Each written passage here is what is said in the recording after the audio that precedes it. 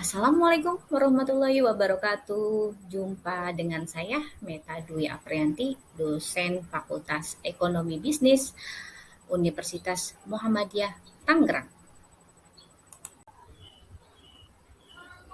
Oke, seiring meningkatnya tren literasi pasar modal dan terintegrasinya perekonomian dunia saat ini, keberadaan pasar modal memiliki peran penting dalam menggerakkan roda perekonomian suatu negara. Pasar modal memiliki fungsi, antara lainnya adalah satu, sebagai sarana alternatif bagi pembentukan sumber dana atau pembiayaan untuk setiap unit bisnis, memberikan fasilitas pembiayaan bagi kepentingan semua korporasi guna memenuhi permintaan dan penawaran modal. Selanjutnya adalah meningkatkan kesejahteraan masyarakat baik secara langsung maupun tidak langsung melalui kepemilikan sekuritas. Perkembangan pasar modal Indonesia diawali dengan berdirinya pada tanggal 14 Desember 1912 oleh pemerintah Hindia Belanda.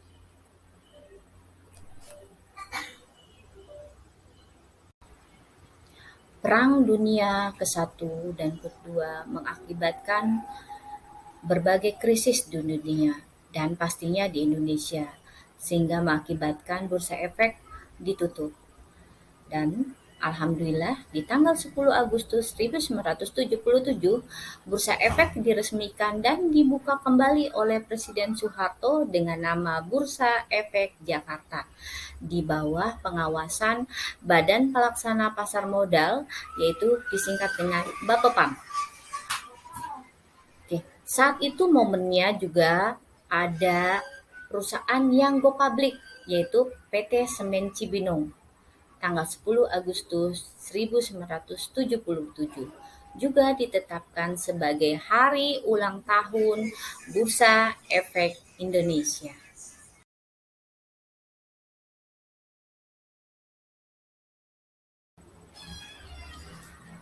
Sejarah baru telah dimulai di tanggal 30 November 2007, yaitu terjadi penggabungan Bursa Efek Surabaya ke dalam Bursa Efek Jakarta dan mengubah nama BEJ menjadi Bursa Efek Indonesia di tanggal 3 Januari 2008 dan BEI mulai beroperasi saat itu. Oke, ini adalah gambar struktur pasar modal Indonesia. Terlihat jelas strukturnya secara lengkap ya. Nah, kita membahas nih perbedaan antara pemodal dan emiten. Pemodal adalah pihak yang mempunyai dana yang siap diinvestasikan di pasar modal. Terdiri dari pemodal domestik dan asing. Sedangkan emiten adalah pihak yang mencari dana dengan menjual sekuritas kepada masyarakat luas melalui pasar modal dan terdiri dari perusahaan publik dan reksadana.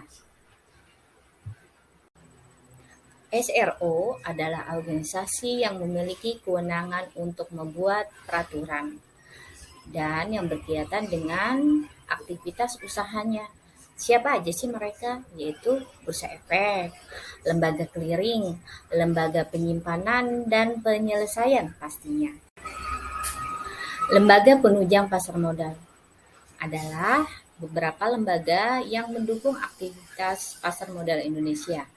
Di antaranya adalah Biro Administrasi Efek, Kustodian, Wali Amanat, Pemerintah Efek, dan Penilai Harga Efek.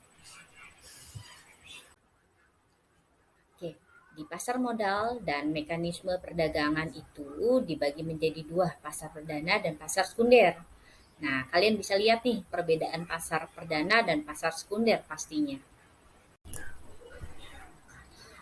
Di slide ini terdapat gambar alur proses perdagangan yang ada di pasar perdana dan pasar sekunder.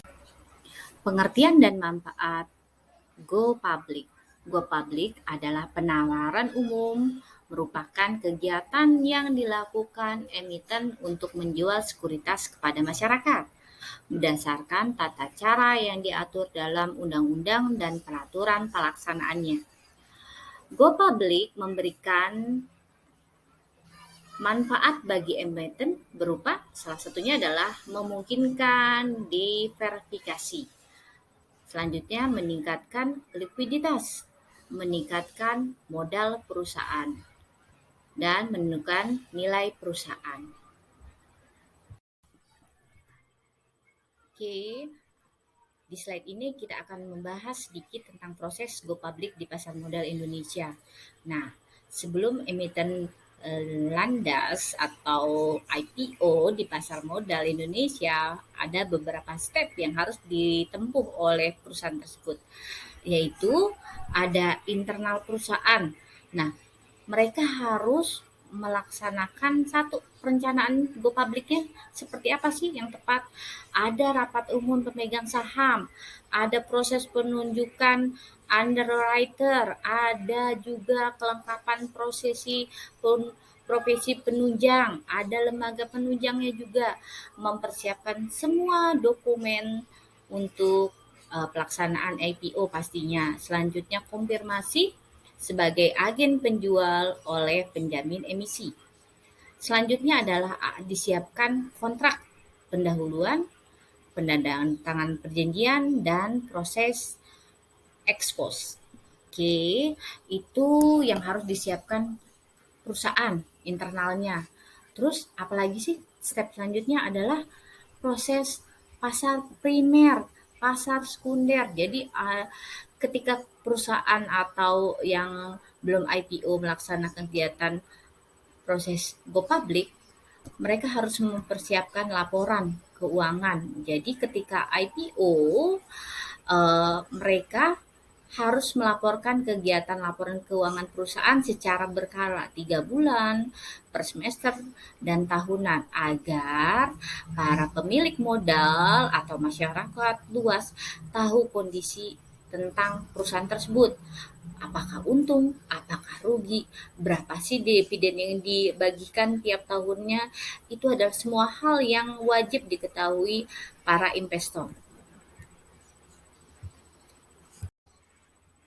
Oke, slide terakhir nih kita bahas tentang jenis sekuritas yang diperdagangkan di Bursa Efek Indonesia. Ada opsi, ada reksadana tertutup, ada obligasi, ada warrant, right issue, ada reksadana terbuka, saham biasa. Nah, itu ada berbagai instrumen yang terdapat di Bursa Efek Indonesia pastinya.